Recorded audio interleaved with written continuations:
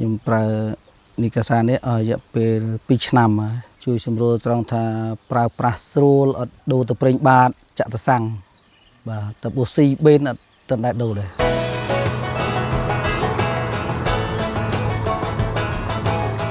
ជួបអាចឈ្មោះក្លូតភីរ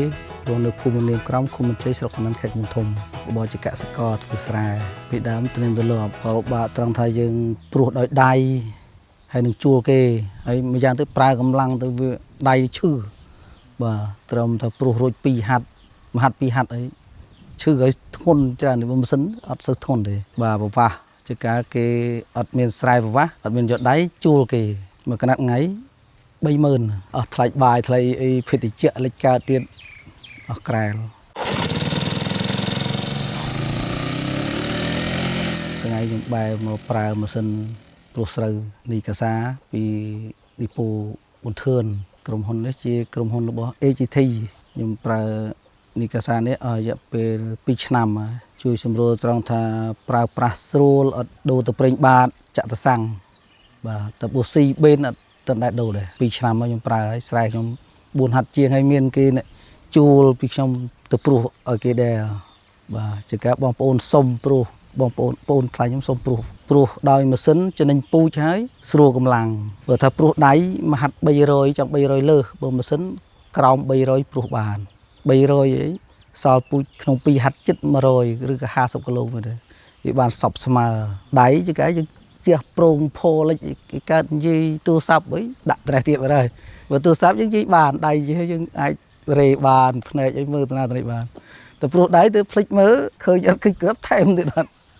អញ្ចឹងវាមានក្រាស់ស្ដើងដល់ម៉ាស៊ីនកម្រទេ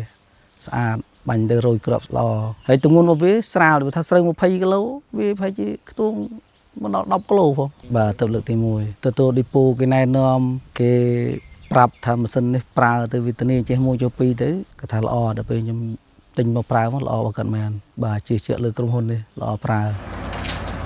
ចង់ថាសប្តាហ៍ថ្ងៃតាំងពីយើងបានម៉ាស៊ីននេះមកវាជួយសម្រួលយើងស្រួលត្រង់ថាបាច់ជីបាទព្រោះស្រូវបាទស្រួលហើយមនុស្សតិចទៀតមានតែពីអ្នកប្រិយប្រពន្ធទៅក៏បានដែរបាទយកបាយទៅឲ្យទៅក៏ជាការប្រើឲ្យជួយយកជីតិចតួចទៅខ្ជិលដើរហត់ត្រួយជើង10គីឡូ20គីឡូក៏យួរទៅរួចអត់ដូចមុនអីគ្នាច្រើនទៅរៀបជួរគ្នាហើយបាយអស់ច្រើនទូចានទូឆ្នាំងទៅបាទទៅខិនហើយឲ្យលុយគេទៀតហើយភេទជ្ជៈអី6នាក់គឺមួយយូរបាទហើយមកកំប៉ុងប្រហែល2500បាយមហូបទៀតទាំង10000ទៀតដល់ពេលនេះស្វីទៅកើតទៅមួយបាទនីកាសានេះជាសង្កល logo គេនេះមកគឺរូបតោបាទរូបតោជាផលិតផលក្រុមហ៊ុន AGT ចំពោះទាំងគ្រឿងម៉ាស៊ីនធុងទាំងអីទាំងអស់គឺទៅលបគេដូចមុំបាទដូចក្រាស់ស្វិតប្រើទៅដូចធានាអត់ដូចម៉ាស៊ីនគេផ្សេងគេទិញស្មើខ្ញុំគេខូចអស់បាទរបស់ក្រុមហ៊ុនផ្សេងបាទគេប្រើខូចថាលឺទៅដូរទៅបេនដល់ពេលបេនដូរ1 35000ទៅ10បេនទៅណាវាអស់ថ្លៃម៉ាស៊ីនបាត់ចង់5ផ្ញើដល់ប្រជាកសិករទាំងអស់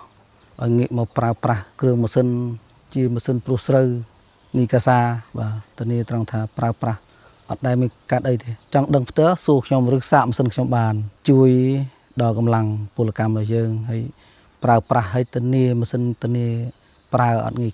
ខូចខ្ញុំប្រើ2ឆ្នាំហើយ